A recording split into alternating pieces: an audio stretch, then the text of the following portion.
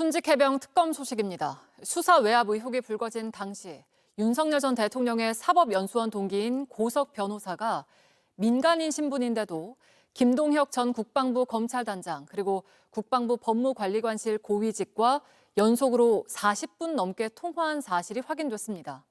특검은 이 통화가 사건에 영향을 미쳤는지 수사하고 있습니다. 박사라 기자입니다. 국방부 조사본부가 군검찰이 회수해온 최상병 순직 사건을 재검토하고 있던 2023년 8월 13일. 윤석열 전 대통령의 사법연수원 동기인 고석 변호사는 김동혁 당시 국방부 검찰단장에게 전화를 걸었습니다. 13분에 걸친 통화를 마친 직후 고 변호사는 이번엔 국방부 법무관리관실 소속 정모대령과 24분간 통화합니다. 통화를 마친 직후 또다시 김 단장과 3분간 통화가 이어집니다. 통화는 저녁에도 이어졌습니다. 김 단장은 유재은 당시 법무관리관을 비롯해 정모대령, 이모 중령과 연달아 통화했습니다. 자신의 직속도 아닌 법무관리실 인사들과 숨가쁘게 연락을 주고받은 건데 그 직후에는 다시 고 변호사에게 전화를 걸어 30초 동안 통화했습니다.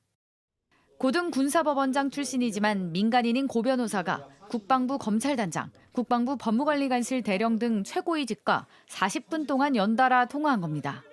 이들이 연락을 주고받은 다음 날 군검찰은 박정훈 대령의 혐의를 집단 항명수괴에서 항명으로 바꿨습니다.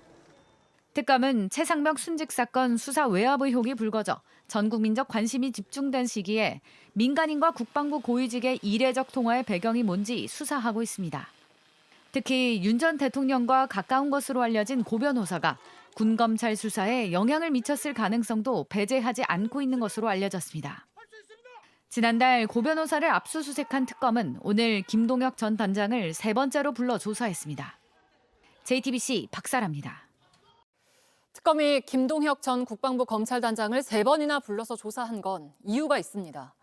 김 전 단장이 이첩 보류 지시부터 사건 이첩과 회수가 있던 사흘 동안 군 검찰 직속이 아닌 국방부 법무관리관실과 군사경찰에 최소 30번 이상 연락한 정황이 나왔기 때문입니다. 이어서 유선희 기자입니다.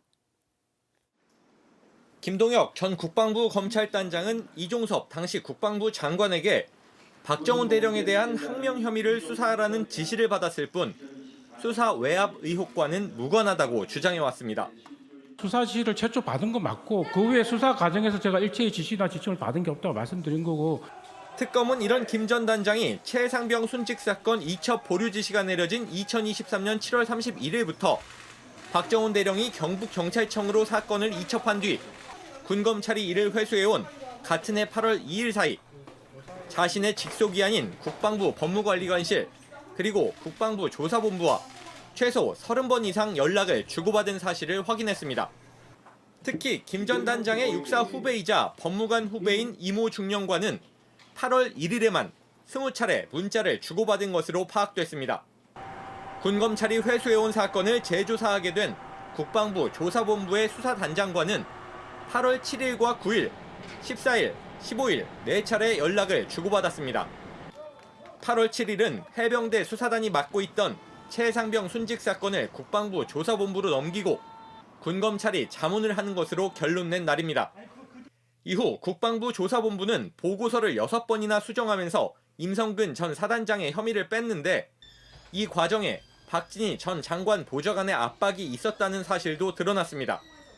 특검은 그 사이 이 전 장관, 박 전 보좌관과 수차례 통화해온 김 전 단장이 국방부 조사본부를 압박하고 박 대령에 대한 무리한 구속영장을 청구하고 이른바 괴문서 작성에 관여했을 뿐 아니라 수사 초기부터 영향을 미친 건 아닌지 의심하고 있습니다.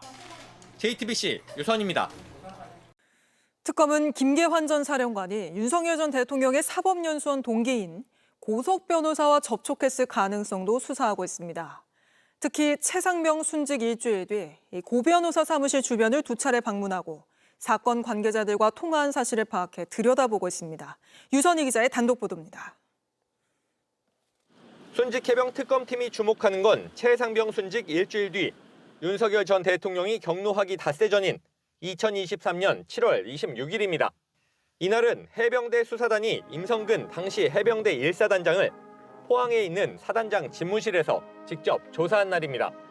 통화 기록상 최소 오후 4시까지 해병대 사령부에 있던 김 전 사령관은 오후 6시 45분 고석 변호사가 창립해 원장을 지낸 용인 수지 세미래연구원 사무실 주변에서 해병대 수사단 광수대장에게 전화했습니다. 이후 이 지역을 떠났다가 9시 4분에는 다시 고 변호사 사무실 주변에서 이번엔 최상병의 유족과 통화했습니다. 특검팀은 김 전 사령관이 이날 2시간여 간격을 두고 고 변호사 사무실 주변에서 최상병 순직 사건과 관련된 사람들과 통화한 사실에 주목하고 있습니다. 특히 이날 임 전 사단장을 수사한 해병대 수사단에 연락해 4분 43초 동안 어떤 대화를 했는지 집중 수사하는 것으로 전해졌습니다. 같은 해 7월 19일부터 8월 7일까지 20일 동안 김 전 사령관의 통신 기록에서 고 변호사 사무실 주변이 찍힌 건 이날뿐입니다. 고 변호사는 윤석열 전 대통령의 사법연수원 동기로 친분 관계가 있는 것으로 알려졌고 특히 해병대 수사단이 경북경찰청으로 넘긴 수사 자료를 군검찰이 회수한 바로 다음 날인 2023년 8월 3일 육군사관학교 1년 후배인 이종섭 당시 국방부 장관과 통화한 사실이 드러나 수사 방해 혹은 구명 로비 통로로 의심받았습니다. 지난주에는 이른바 개신교계 구명 로비 의혹 등과 관련해 특검팀의 압수수색을 받기도 했습니다. 고 변호사는 압수수색 전날 JTBC와 통화해서 각종 의혹에 대해 답변할 가치도 없다고 했습니다. JTBC 유선입니다. 또 다른 친윤계 이철규 의원은 최상병 특검의 압수수색을 받았습니다. 특검이 임성근 사단장 구명로비 의혹에 개신교계 인사들이 대거 연루된 정황을 포착하고 대대적인 압수수색에 나섰는데 여기에 이철규 의원도 포함된 겁니다.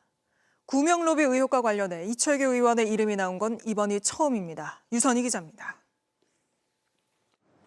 임성근 전 해병대 1사단장에 대한 구명 로비 의혹을 살피는 순직해병 특검팀이 개신교계 인사들이 대거 연루된 정황을 잡고 압수수색에 나섰습니다. 임성근 전 사단장과 그 주변 인물에서 시작해 대통령 또는 대통령실 주변 인물로 여러 통로를 통해 임성근 구명 로비가 연결된 정황들을 확인하였습니다. 특검팀은 오늘 임 전 사단장과 그 부인 윤석열 전 대통령의 최측근 이철규 국민의힘 의원, 윤 전 대통령의 법무연수원 동기인 고석 변호사의 사무실 등 10여 곳을 압수수색했습니다.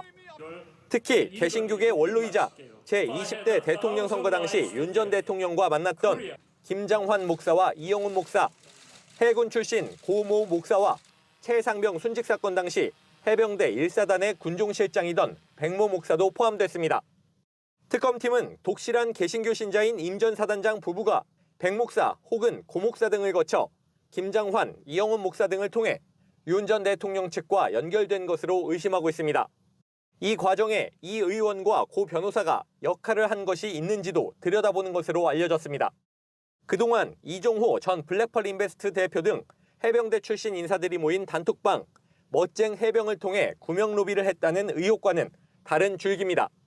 고 변호사와 백 목사는 어제 JTBC와 통화해서 로비 관여 의혹을 부인했고 이철규 의원도 반발했습니다. 내가 참고인 될 만한 것도 없는데 통화 기록 한번 있다 해가지고 그냥 그렇게 무자비하게 하는. 그러나 특검팀은 이 의원이 구명 로비가 있었던 것으로 의심되는 시점, 조태용 당시 국가안보실장 등과 통화한 내역 등을 이미 확인한 것으로 알려졌습니다. JTBC 유선입니다.